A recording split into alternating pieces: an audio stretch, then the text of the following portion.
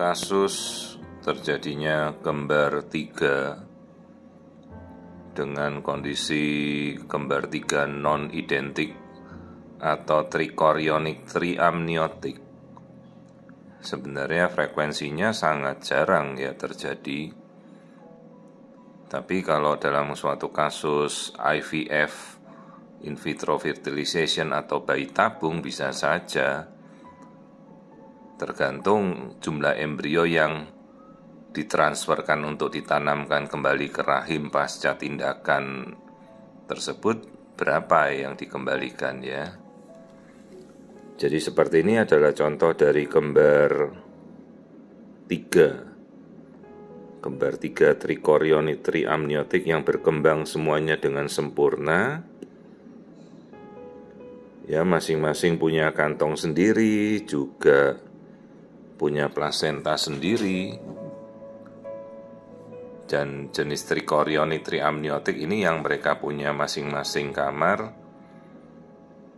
Ya, ini kembar yang paling aman.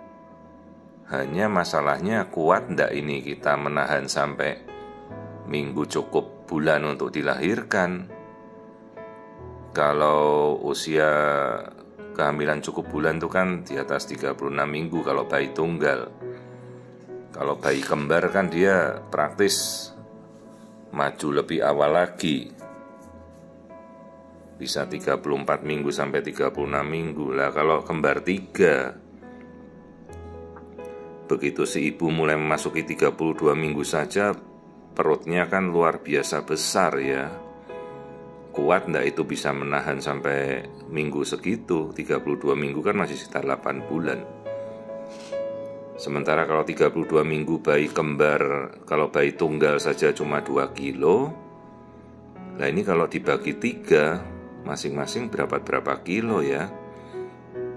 Jadi kalau lahir ya bisa saja cuma mungkin 1,2, 1,4, 1,6 ya.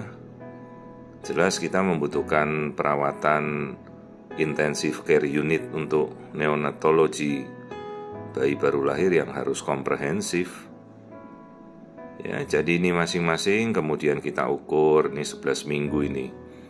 Ini janin yang A, ya kita lihat detak jantungnya juga. Ya, ini janin yang ketiga kembar ini akhirnya bisa kita tangani dengan baik ya. Dan berhasil kita pertahankan hingga kita lahirkan. Ya. Nah, kemudian kita beralih ke kembar yang satunya. Nah, ini kita cek, ini waktu awal 11 minggu. Detak jantungnya juga kita lihat ya. Jadi sekarang kita kan juga bisa memeriksa genetiknya, itu cukup membantu untuk melihat kalau ada genetik yang tidak benar. Hanya sekalipun ini sudah ada sesuatu genetika yang tidak benar, kita tidak bisa memilih ya. Tetap semuanya harus berlanjut bersama-sama. Nah ini yang B juga 11 minggu. Jadi mereka bukan karena membelah diri satu embrio ini, tapi memang 3 embrio yang ditransferkan kembali karena ini bayi tabung. Ya, nah ini yang C. Ya, ini kembar satunya yang terakhir ya. Semuanya seimbang. Jadi waktu memang pembuatan embrionya ini dilakukan pada usia yang relatif semuanya sama, tidak ada bedanya. Jadi terjadilah 3 embrio, masing-masing punya kantong sendiri, sekatnya juga pemisahnya juga tebal ya. Ini kembar triplet trikorionik triamniotik. Ini masih 11 minggu. Dan semua sudah tadi kita cek anatominya juga pertumbuhannya normal ya. Dan ini juga contoh salah satu kasus yang berhasil kita pertahankan. Karena dengan segala komplikasi, kesulitan ya, bayangkan perut ibunya segede apa itu begitu mau melahirkan kan. Dan biasanya sudah tidak bisa bergerak lagi, di atas 28 minggu sudah nggak bisa gerak lagi si ibu. Perutnya besar sekali ya. Ini kita lahirkan sekitar minggu 33 kalau tidak salah ya. Ini yang kasus yang pernah kita tangani juga ya, kembar 3 trichorionic triamniotic, dan berhasil survive semua ketiganya ya.